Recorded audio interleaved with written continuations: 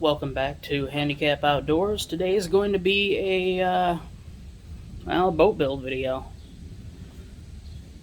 You might be able to hear it in the background. There's some thunder rolling in, and by the looks of the radar, we got maybe half hour to an hour before it starts downpouring real bad for 2-3 hours. And well, I was gonna go fishing, but yeah, I ended up having to go into town to check weather and radar and all that stuff because I still don't have my phone turned on.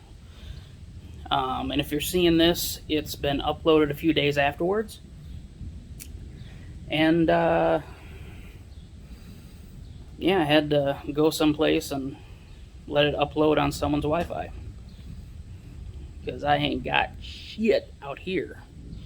Let's see, it is 89 degrees and 52% humidity right now. It's warm. It's a little hard to breathe. And yeah, it's warm.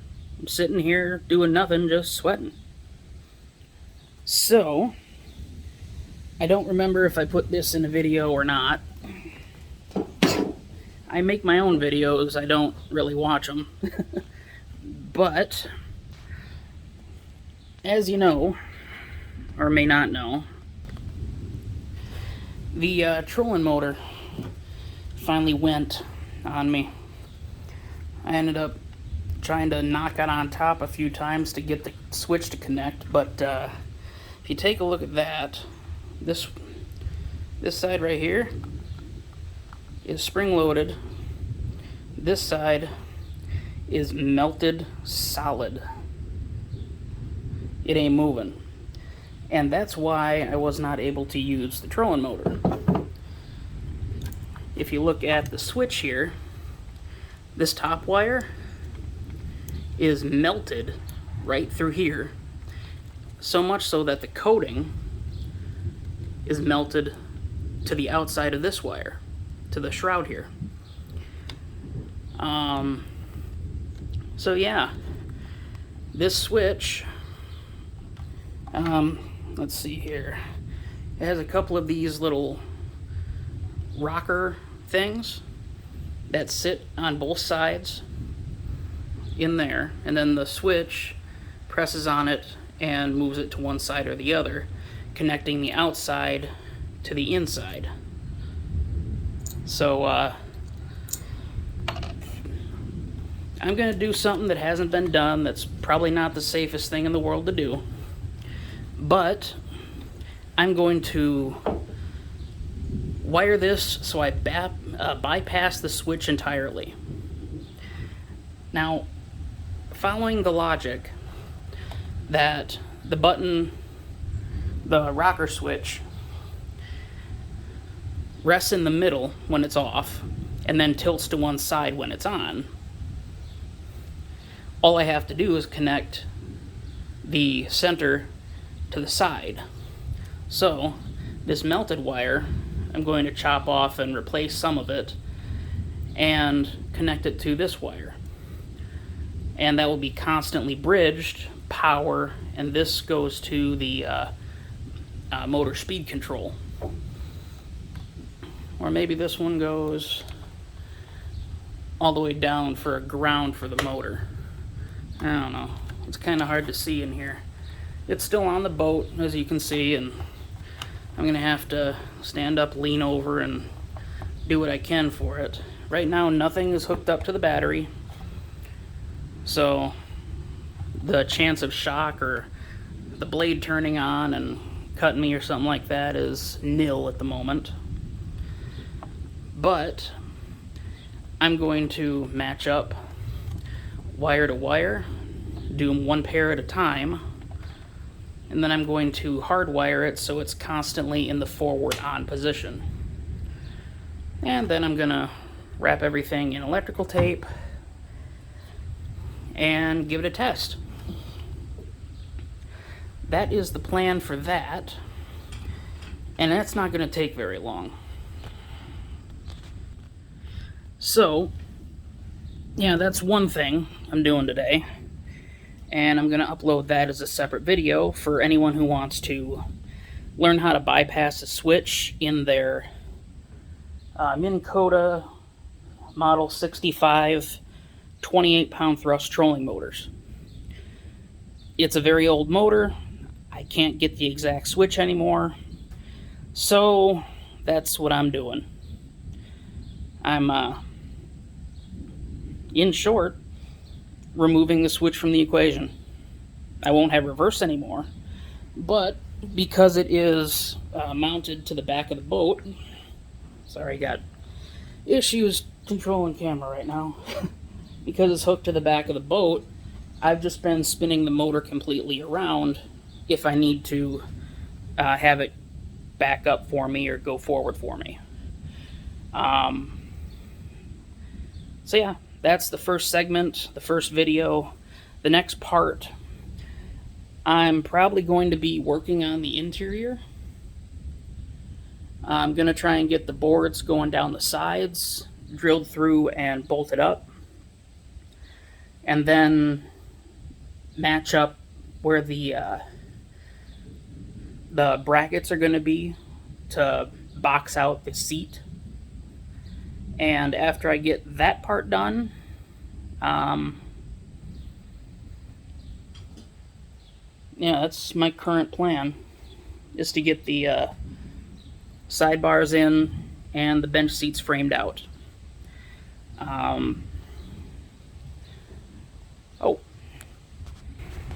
And the back of the van, if you can see that, I'm also in the process of spray painting the wheelchair holder ramp that I have back there, because for some odd reason someone decided to back into it and sheared off one of the little, let me get my finger in here, the upper part, shaking all over the place today, the upper part there, you can probably see where the basically the spring-loaded pins, hold the ramp itself either straight up or laying down.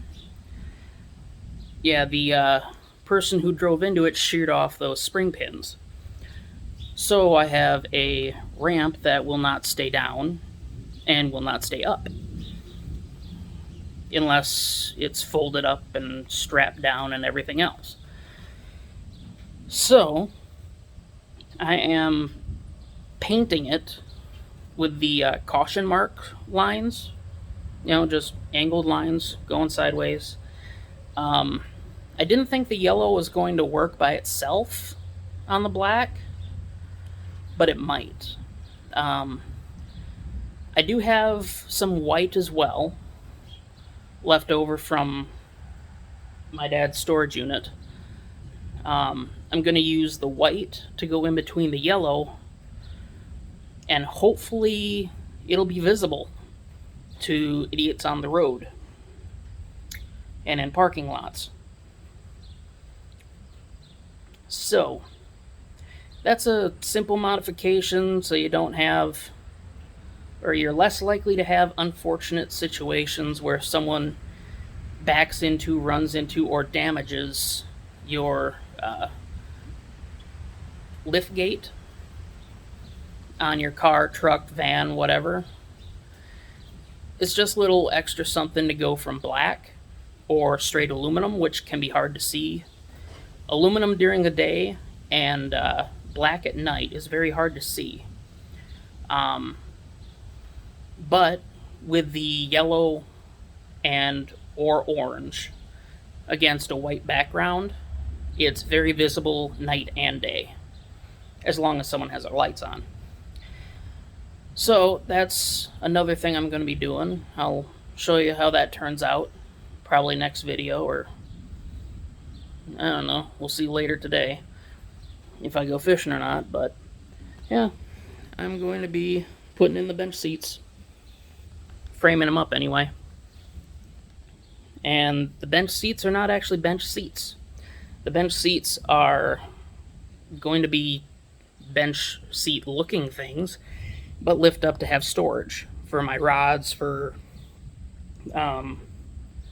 everything else underneath,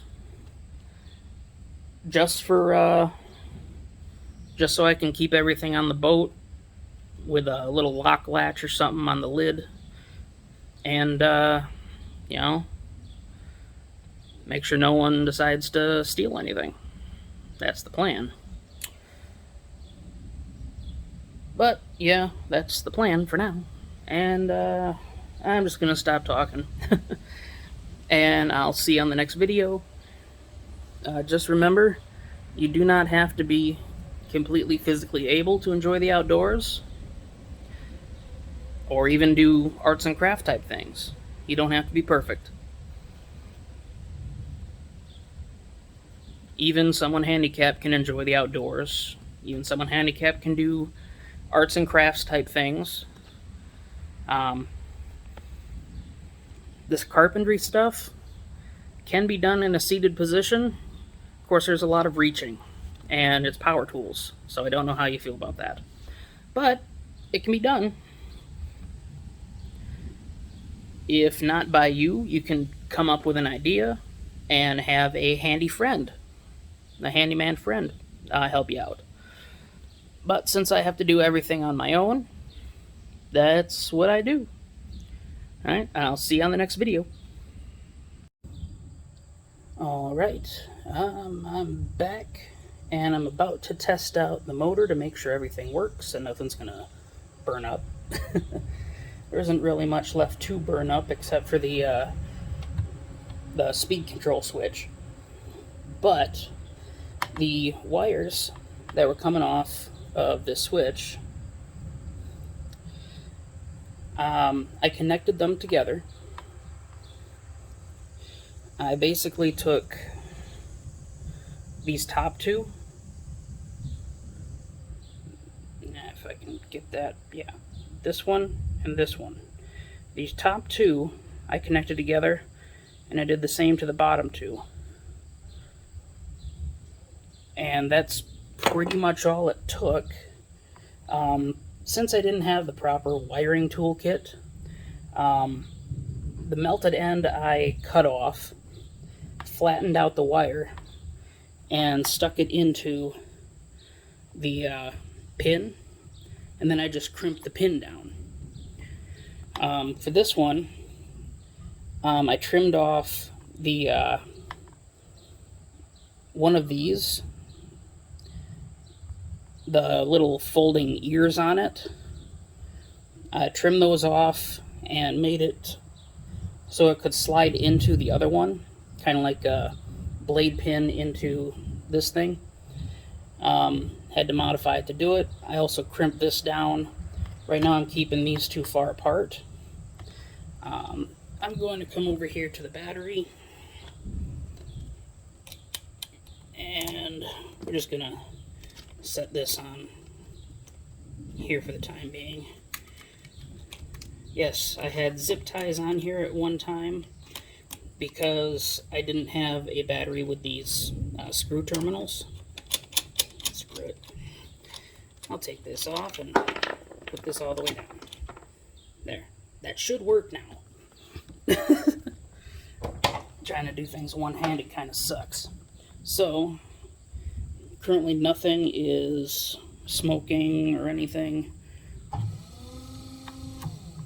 And if you can hear that, see if I can get that on camera. So far,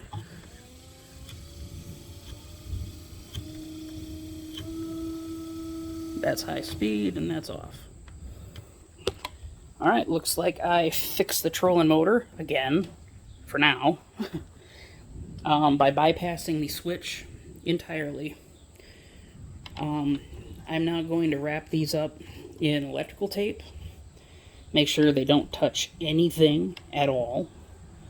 This one even has a little heat shield shrink tube on it, so I'm going to slide that up and over my electrical tape.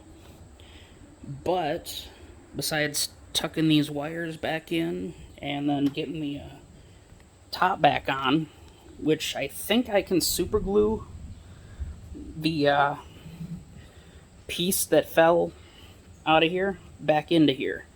So at least it'll have a little bit of, water repellent, so it doesn't just pool water on the inside if it gets wet. But that's my next step. I'm going to wrap everything in electrical tape, super glue the lid piece on, the broken piece into the hole, and then gonna tuck every wire away, put it all back together. That's the plan. And things should be fine. Just unhook the battery for safety. I suppose I should be using some kind of safety glasses right now, but even my sunglasses were fogging up.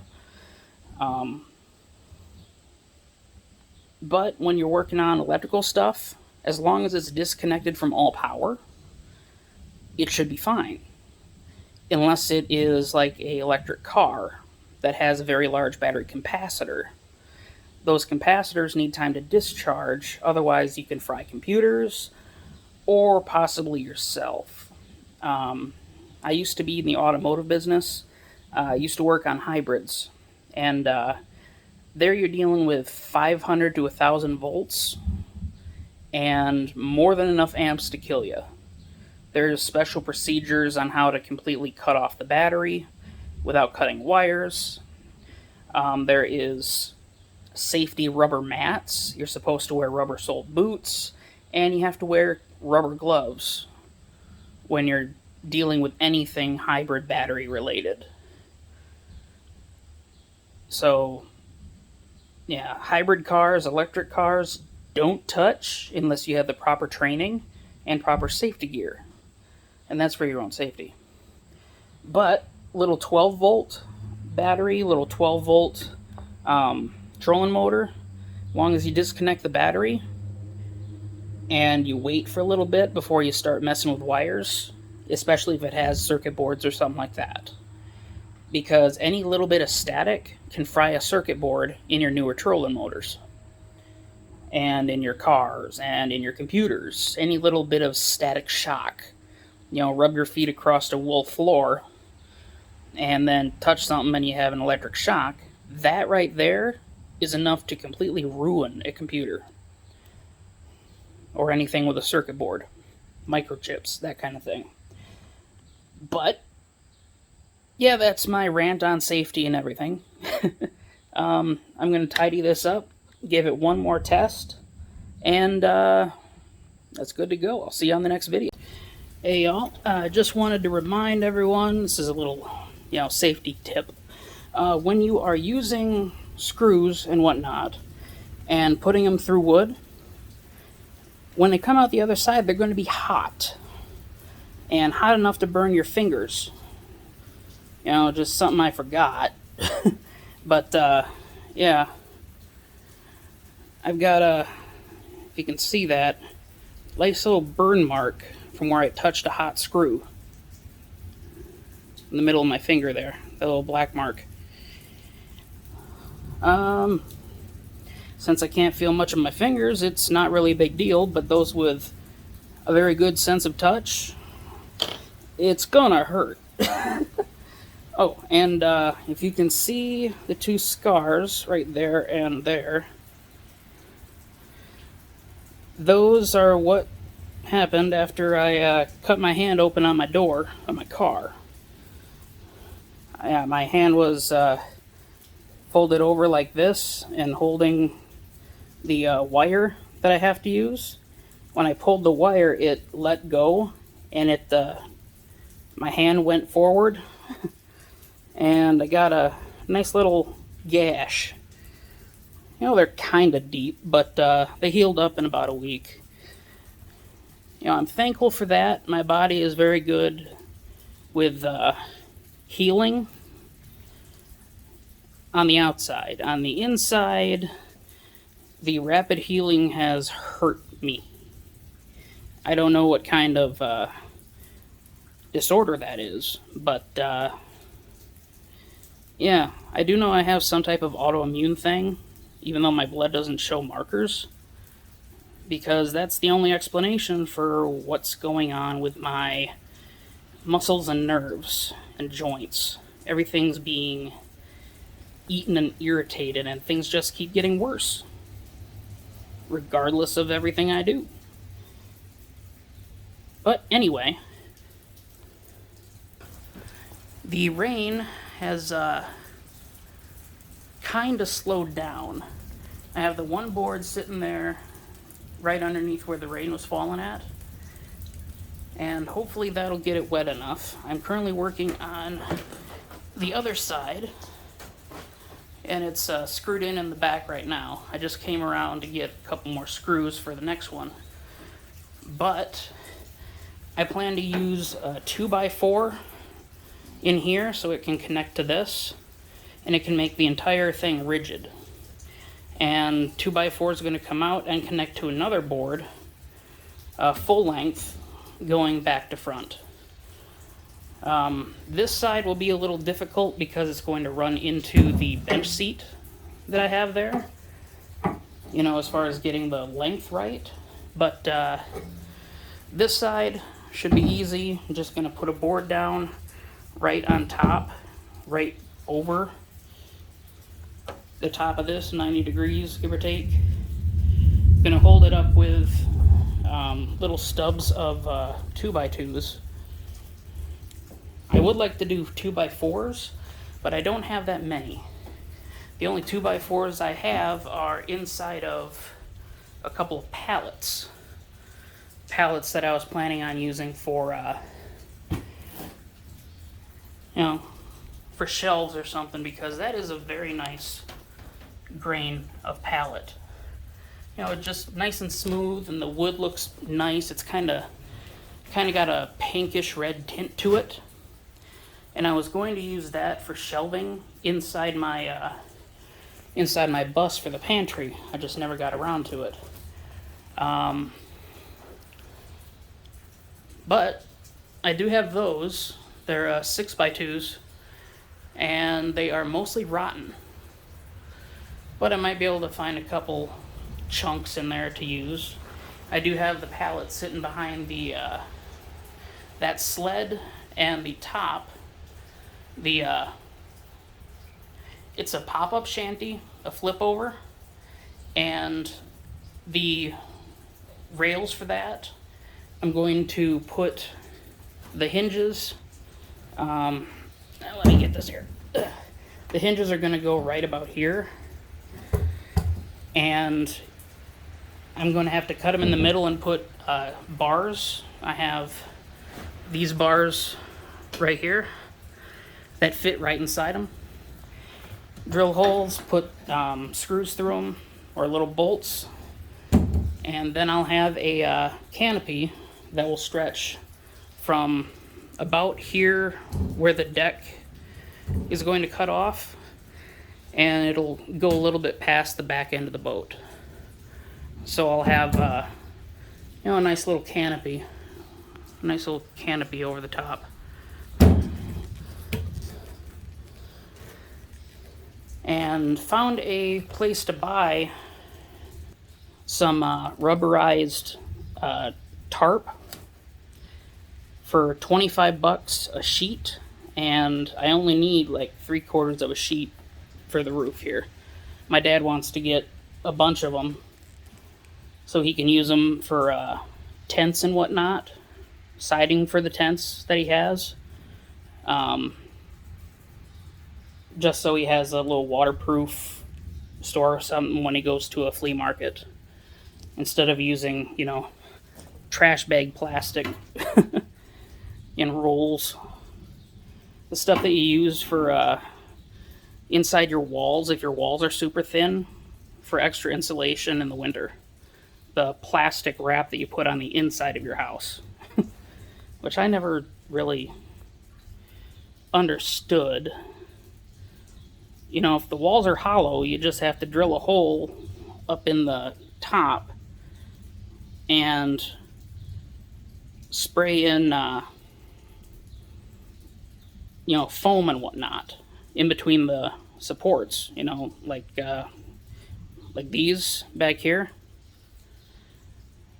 You drill a hole through the top, and then you just fill it full of insulation.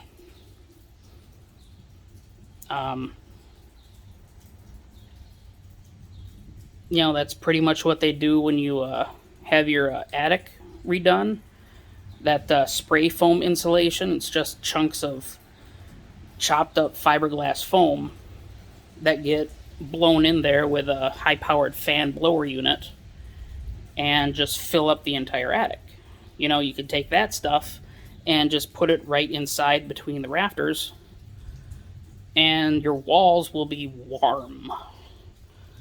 Floors are going to be another issue for winter. But again, this little segment's going a little long, and I'm going to get back to work. Hopefully I can get the framing done and everything else. Well, see how it goes. Video.